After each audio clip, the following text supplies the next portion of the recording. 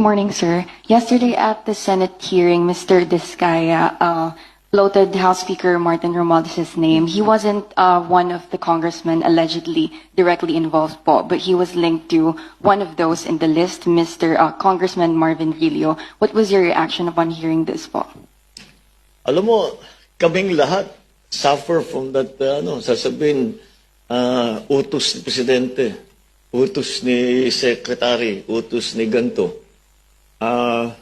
Tapos, hindi naman totoo.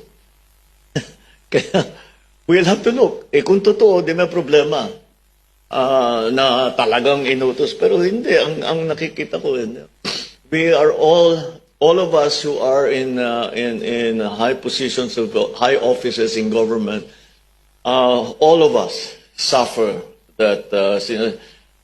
Akala ko approve mo eh. Wala akong alam dyan. Sabi ni ganito, ikaw daw mga nagpa-approve nito. Sabi ko, sasabihin mo, hindi, wala akong alam dyan.